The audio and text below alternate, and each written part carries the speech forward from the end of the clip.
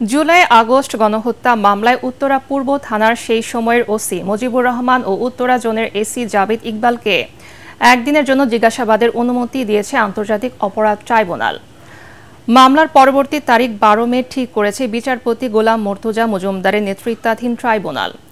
সকালে উত্তরার মামলায় ঢাকা উত্তর সিটি কর্পোরেশনের সাবেক মেয়র আতিকুল ইসলাম, আওয়ামী লীগের শিক্ষা বিষয়ক সম্পাদক শাহিনুর মিয়া, উত্তরার পশ্চিম থানার আওয়ামী লীগের সভাপতি মনোয়ার ইসলাম চৌধুরী সহ ১০ জনকে আন্তর্জাতিক অপরাধ ট্রাইব্যুনালে হাজির করা হয়। সকাল ১০টার পরে তাদের কাশেমপুর ও কেরানীগঞ্জ কারাগার থেকে ট্রাইব্যুনালে আনা হয়।